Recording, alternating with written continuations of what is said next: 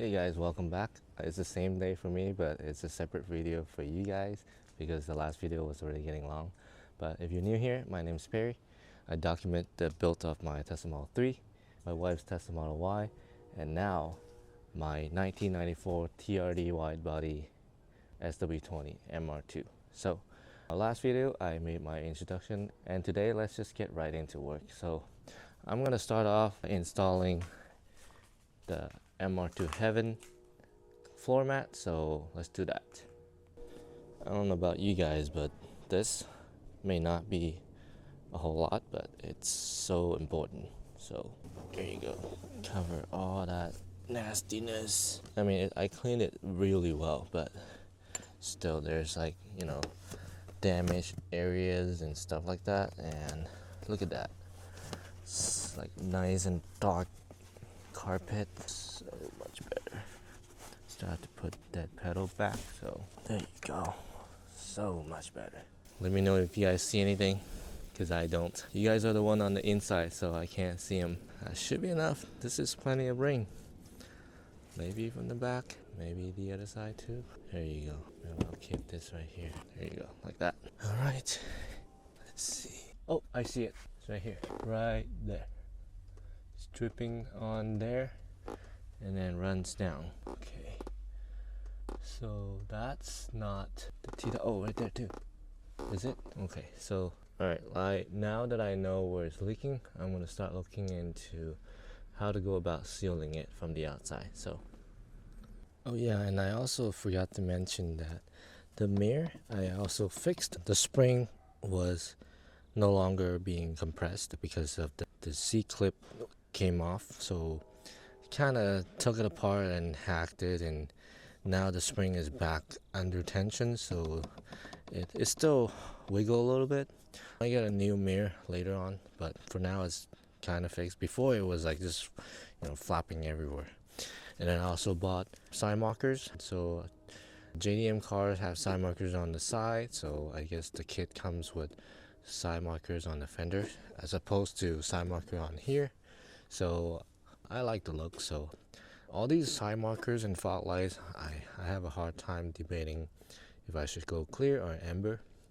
And if you know what color I'm wrapping this, you would probably understand. I'll tell you, one of the choices is white, because my wife's back, by the way. White cars. So I like white cars nowadays, but there's a color that I really should wrap this, at least for now, and then maybe I can do white later. But yeah, anyhow. Okay, so I'm gonna be removing this panel to see if I can seal it from over here, because I think that is part of the quarter glass. I don't think I have access to do that on the outside unless I remove the quarter glass entirely. So now I have a better look at this. It looks like I might be able to unscrew these 10mm nuts, right, and then drip down. So the seam right here is leaking.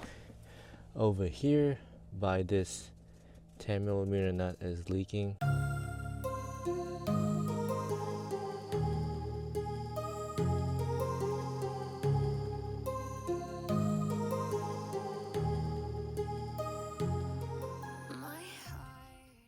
Okay, so yesterday I tried to add some sealant here, and it did fix the seam here that was leaking, but over here was still leaking. So I think I am going to do it the right way, and I'm gonna detach the window, clean it, and then I bought some gooey sealant that is, I believe, the same stuff I used to seal headlights when like for the MR2 Spider. So I found that I could pry onto the edges. I mean, it helps that my paint is no good, so I don't have to worry about the paint as much. But as you pry, you can hear, let's see if you can hear it. You'll hear that crackling. That's the glue separating with the panel. So it's gonna wedge this in. Alright, I'm gonna put you guys back on time lapse.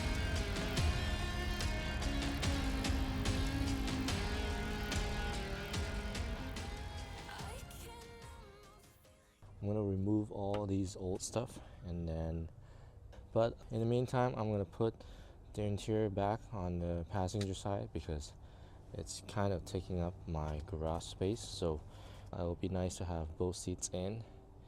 And yeah. Alright, so I got it all cleaned up pretty good. I don't know if I have a before photo, but I took everything out and wiped it down as best as I could. Alright, so Amazon guy just delivered the weather seal thing, so the gooey stuff. So we can finally put the windows, put the quarter glass back after we apply these gooey stuff. Although I do have to say that there's a foam weather seal that I need to reapply to the little triangle piece because the old one is all worn out. I believe over here the back needs new ones, as well as this metal frame. Alright, so foam tape's going on. Hopefully it sticks. I wiped everything with alcohol, so here goes that.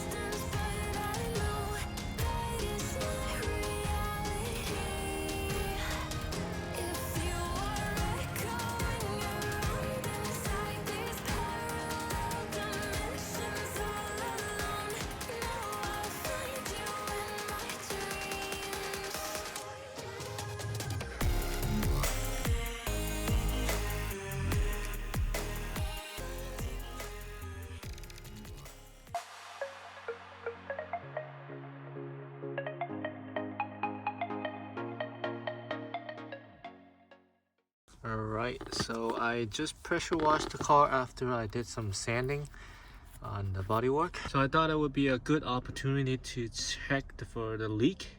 I'm gonna keep monitoring it, but for now I would say that the leak is fixed, so we can move on to other things. Next I'm gonna be probably simple green, degrees, clean everything here that I can see. I'm gonna put the seat in, but before I put the seat in, I'm gonna show you the the latch where you pull it, a latch on one side, and then with a cable across, it pulls the other latch open too. That cable across is missing, so I had a hard time figuring out why the seat wouldn't slide. It only slide on one side, and then I looked at the other seat. I'm like, hey, there's a cable that goes across, so maybe that's missing, which that was the case. So I'm gonna have to come up with a way to fix that. So this thing is being unlatched when I'm pulling this, but then nothing is connected to the other side, so I'm gonna try to use this copper wire coming off of my Romex cable and just attach this like this, and then loop it around this guy. And I did say I'm gonna be creative with this, so this is pretty creative. Not rocket science.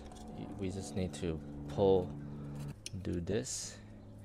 There you go. Yep, that works for now. I mean, I don't know how often we're going to be adjusting the seats anyways. Alright, so let's put the seat in, and actually I'm going to put some lubrication on this side too, because it's kind of stuck. Okay. And then last but not least, the finishing touch from MR2 Heaven. Nice. Alright, looks pretty clean for the most part. And yeah, interior's back. I do have to work in the center console area here though, so this little gas cap, it has the key locking thing.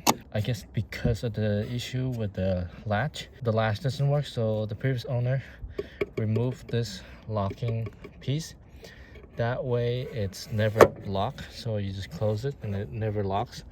So they put a lock on the cap itself to prevent people from messing with your gas tank, or just to prevent it from people stealing gas, I guess. So the trick to get it open without the key, because I don't have the key for it, was actually to put a screw directly into it. That way it locks it in place so you could turn it. Otherwise, it will just click on both direction. One of the next big tasks is to drop the fuel tank to get the fuel pump installed. So I do have to disconnect these two connections. Alright, so we have another package here. We're gonna fix one thing at a time. This is what happens when you buy a 30 years old car which has been sitting. So this is, remember, the screw that we had to put in order to bypass the key, because I don't have the key.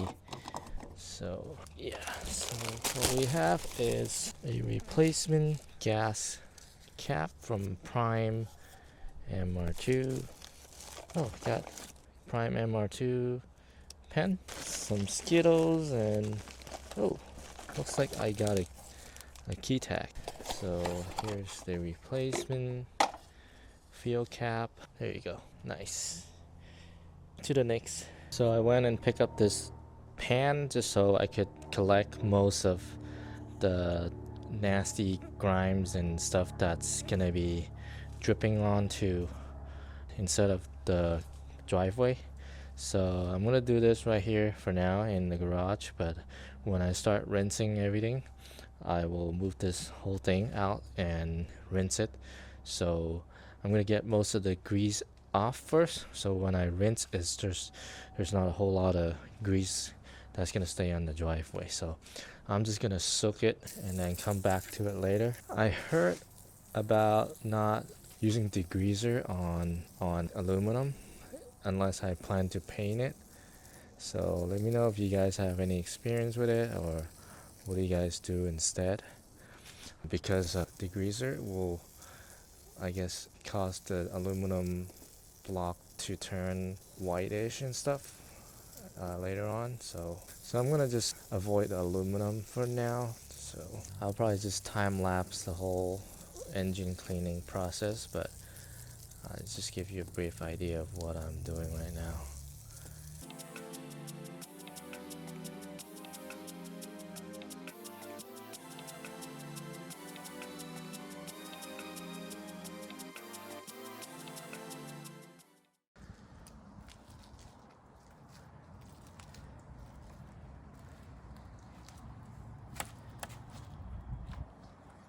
Alright, so I just cleaned up the long block pretty well, at least much better than what it was. I'll put a clip here of the before, but all the greasy stuff is now cleaned off. As you can see, there's a lot of work still to do, a lot of fixing fiberglass, all these rock chips, everything, the whole car basically needs to be sanded down completely.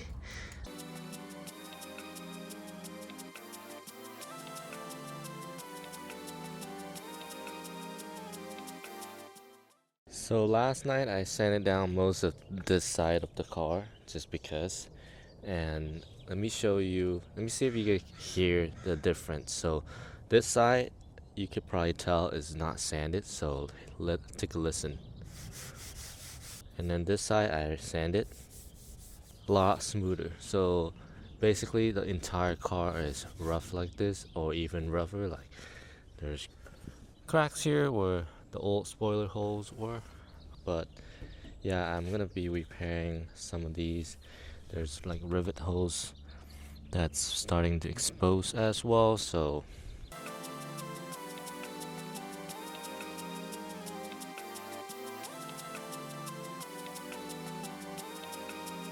alright guys, so now that the window leak is fixed both on the T-top and the quarter glass got all new seal, and a bunch of other small stuff, minor exterior and more of a fixing miscellaneous stuff that is done in this video. I think we have enough for our first video, or maybe it might be a second video, I don't know, but now we're on to the bigger things. On the next video I'll be dropping the fuel tank and replacing the fuel pump, so hopefully that goes well.